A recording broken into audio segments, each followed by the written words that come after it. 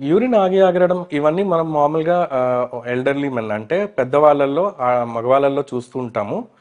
ఈ మనకి మూత్రపు సంచి కింద ఒక ప్రాస్టేట్ అని ఒక గ్రంథి ఉంటుంది. ఆ గ్రంథి మామూలుగా ఏజ్‌తో పాటు క్రమేణా అది పెరుగుతూ ఉంటుంది.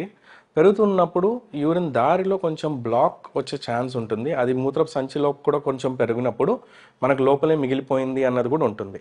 అది సైజ్ బట్టి కాకుండా మనం యూరిన్ పాస్ చేసేటప్పుడు ఆ డైనమిక్స్ ఉంటుంది. దానివల్ల యూరిన్ మనకు మామూలుగా వెళ్ళిన వెంటనే వెంటనే రాకపోవడము, కొద్దిసేపు వెయిట్ చేసిన తర్వాత యూరిన్ రావడము, లేకపోతే యూరిన్ దారిలో కూడా ఆగి ఆగి రావడము, లేకపోతే మనము కొంచెం ప్రెషర్ ఇస్తే కానీ యూరిన్ రాకపోవడము, ఇవన్నీ ఇలాంటివి, లేకపోతే యూరిన్ పాస్ చేసిన లోపల ఇంకా మిగిలిపోయింది, యూరిన్ పాస్ చేసిన తర్వాత డ్రాప్స్ రావడము, ఇవన్నీ దానికి రిలేటెడ్ సిమ్టమ్స్.